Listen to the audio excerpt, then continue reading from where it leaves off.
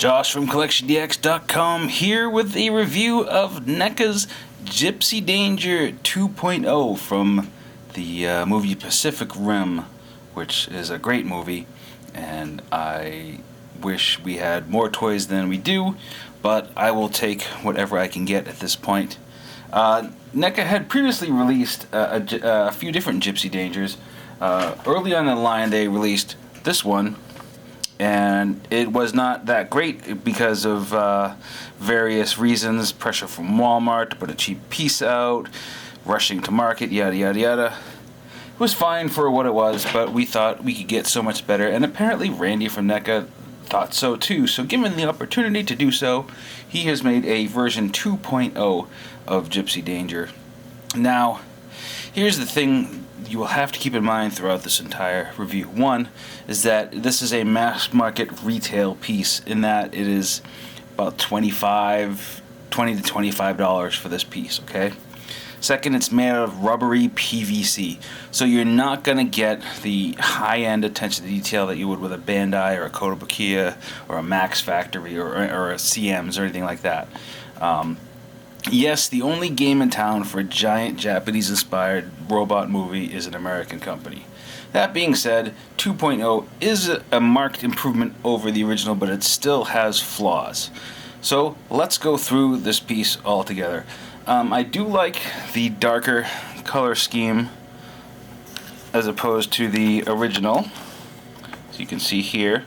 I'll put them next to each other so you can see what's going on. The original was more of a gray, and this is more of a blue. It's maybe a little hard to see in real life. The detail is much sharper. The sculpt is physically bigger.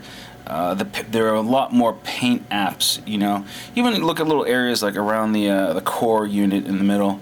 The version 1 just is a round thing, and this one has nice sculpted detail in it. Still has a ball chest joint, still has the articulated head, still has the same range of motion in the shoulders about, you know, it's the standard NECA ball joint, but it's hampered by, you know, it can't, that's about it, that's all you're going to get there. But it'll go all the way around, which is fine. Version 2.0 adds a Bicep Swivel. This piece here just popped off of me earlier. It looks like it wasn't glued in. I like how that has a little letter inside for right. So you put it on the right side. Fortunately, the piece snaps back in, and the swivel remains good. The elbow is a standard kind of swivel, but at the end it's a ball joint. It's kind of ugly, I think. There's a big gap in here if you look at it a certain way. A lot of air in there. They could have done better than just the ball and whatever, but it does give you a bigger range of motion. But here's the deal. It's hampered by the design of the arm. So yeah, it's great that you get what you could conceivably have a double joint, but because the arm is the way it is, you can't move it. But you get a little swivel, I guess. You get a little ball joint hand, and there are variant hands that pop in and out. Torso is still somewhat limited in its movement.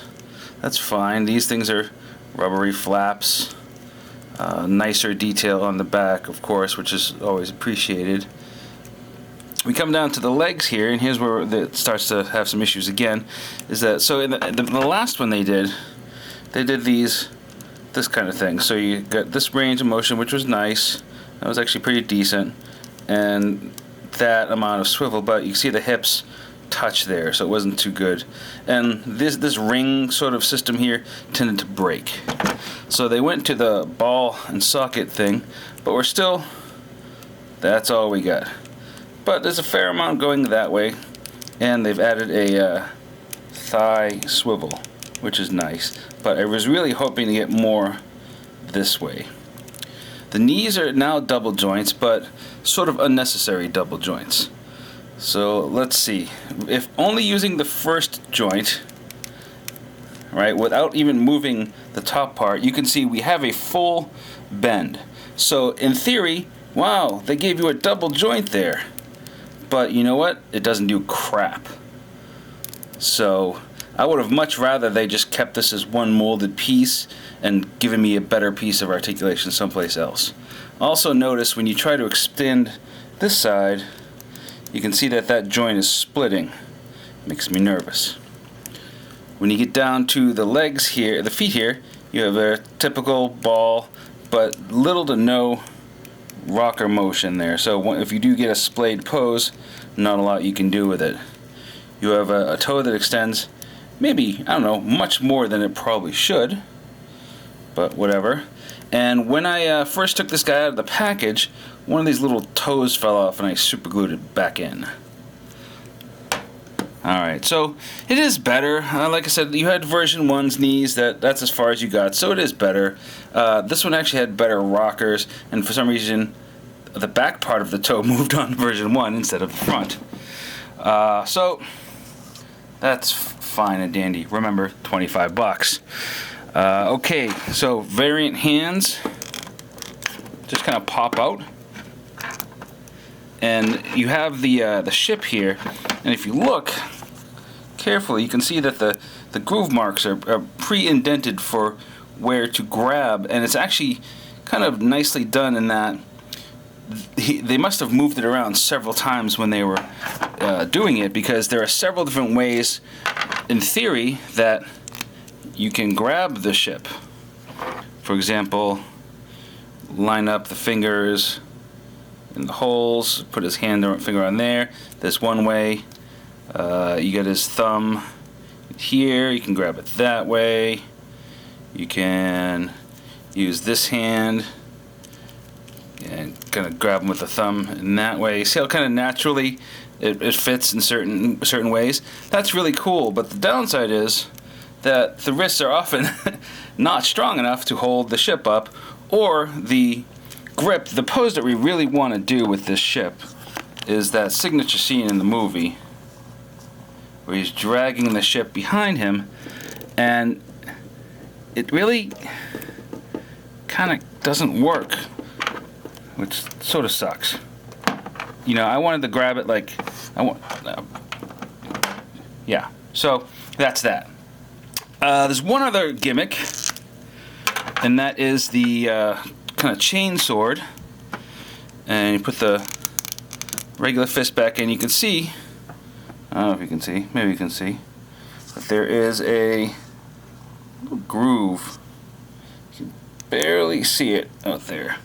And that's where you're supposed to put the chain sword in. Fortunately, it's nice and bendy, so it goes in like so. But why not just give us 2 chain swords? No, you only give us 1. So we can't do the whole dual chain sword thing. So, I mean, I have my gripes, and that's fine. It's NECA. We're gonna have our gripes. But it is a better piece than the version 1.0. In that respect, you know, it's worth buying. It's the best we're gonna get for now until somebody a little more high-end grabs this.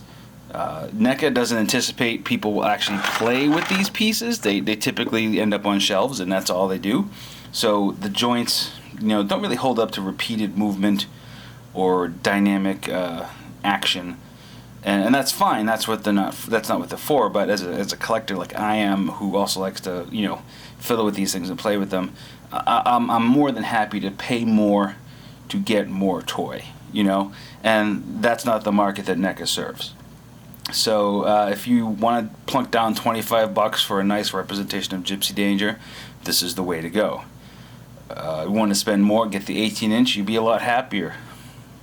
Alright, so this is Josh from CollectionDX. We'll see you next time. Bye.